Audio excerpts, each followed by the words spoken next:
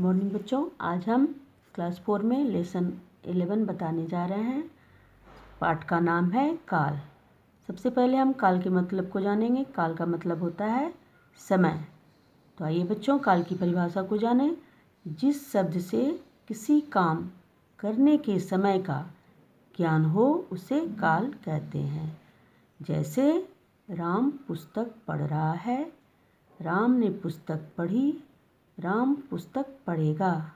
यहाँ पर राम पुस्तक पढ़ रहा है, वर्तमान काल को बता रहा है, समय को बता रहा है।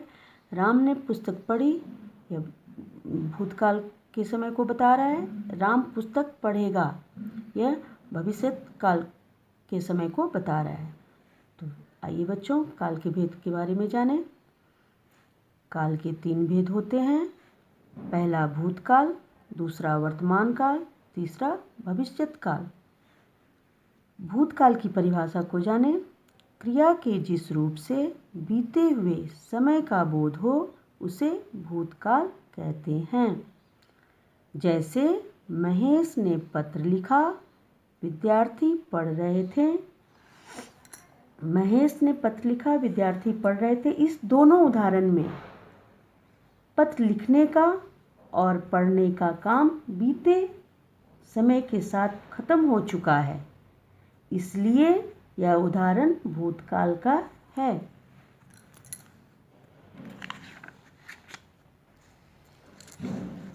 वर्तमान काल की परिभाषा को जानें।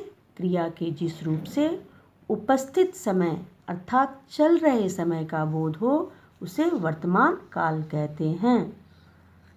सोहन पढ़ता है, बच्चा रो रहा है।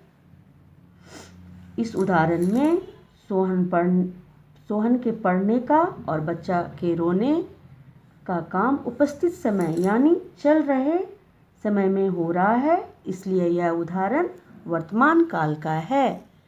तीसरा भविष्य काल की परिभाषा को जानें। क्रिया के जिस रूप से काम का आगे आने वाले समय में होने का पता लगे उसे भविष्यत काल कहते हैं।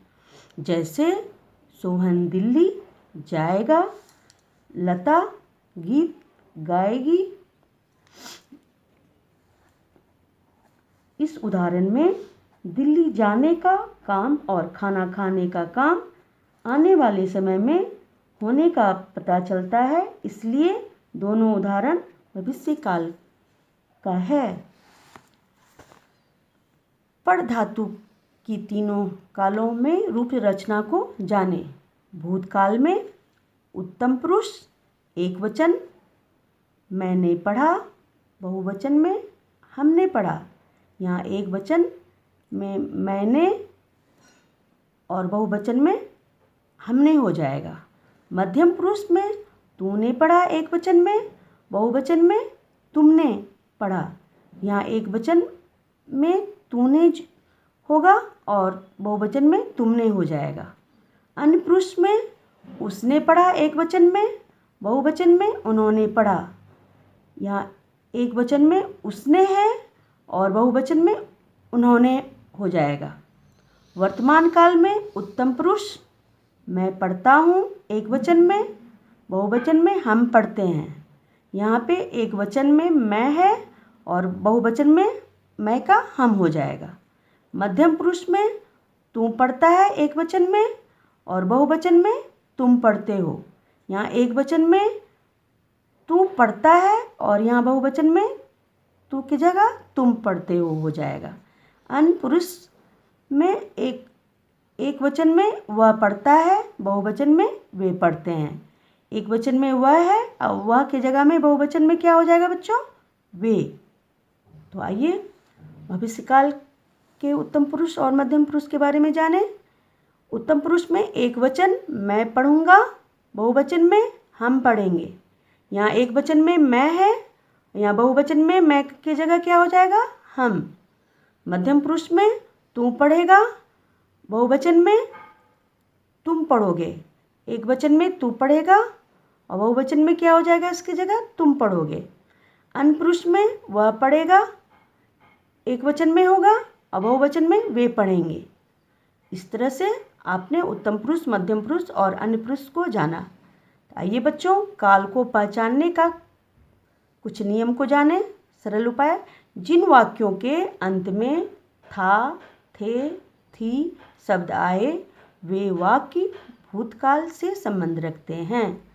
जैसे दशरथ अयोध्या के राजा थे, वह पुस्तक पढ़ रहा था, लड़कियां गीत गा रही थी। यहाँ था, थे, थी शब्द जो है भूतकाल से संबंध रखते हैं। तीनों वाक्य के अंत में था, थे, थी से संबंध रखते हैं। जिन वाक्यों के अंत में ता है, ते है, ती है शब्द हो उनमें वर्तमान काल होता है। जैसे मोहन पुस्तक पढ़ता है, लड़के स्कूल को जाते हैं, लड़कियां गेंद से खेलती हैं। यहाँ वाक्य के अंत में ता, ते, ती है। इससे यह पता चलता है कि वर्तमान काल से यह वाक्य संबंध रखता है। जिन वाक्यों के अंत में गा, गे, गी शब्द आए वे भविष्यत काल से संबंध रखते हैं। उदाहरण के तौर पर जैसे मोहन कल दिल्ली जाएगा, हम खेल के मैदान में खेलेंगे, लड़कियां मंच पर नाचेगी। तो यहाँ वाक्य के अंत में ध्यान देने योग्य बात यह है कि गा, गे, गी शब्द से यह पता चलता है कि यह भविष्य काल से संबंध रखते हैं। तो इस तरह से बच्चों आप काल के बारे में जानें। धन्यवाद।